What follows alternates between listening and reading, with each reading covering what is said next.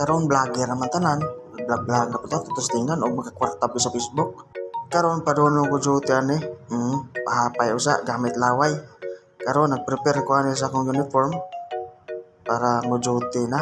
Og first time pa din ako di mag voice over mga part. Isawayan ako og angayan ba jud ko ani mag voice over.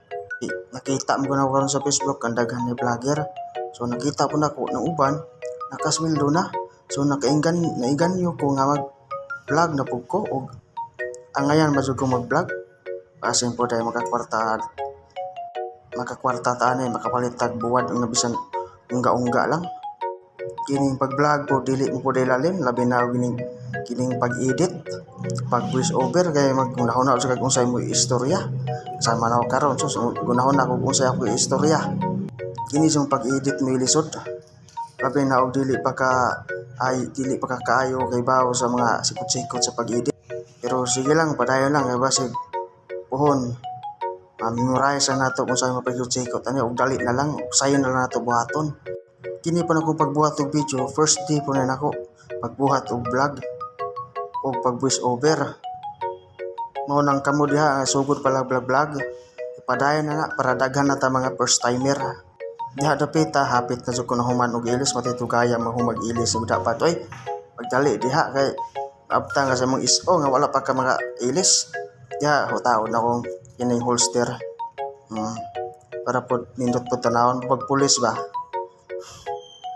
Sige magpakiyot anang kamera. Madugayan hapit tagid mahuman nga po pag-ilis. Pagkadugay sa silis-uliso anang pusas. Hasta daping ispat mo ba o musiga halubat ra ba why charge pila nakatuig ng ispata why charge kaya porma pag kuana pag niktay na susisus ning batunis wa pa masuot no sa kadhangad anang gawas ug nay mulabay checks pa sino maka dagita ni tapos kuha na yung pistola nga taay kayo pila nakatuig limpyo ni ambot pa kaning pusilag mo buto pa ba ni. Ya kina ako gipuno og bala ambot sila pusilag mo buto pa ba ni pansak ya garaon sa lagi kini kalimo nito pusilag balin si paporma tao na lang yung necktie tao sa necktie karon be ug angayan magud be pagkadugay mo tao og necktie oy dali na kay mo duty pa ikaw. Ngayon mo day, be, porma dayon.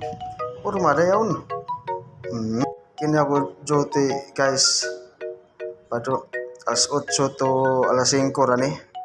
Tiktoyo pakita na yung holster mo pag di gubaon.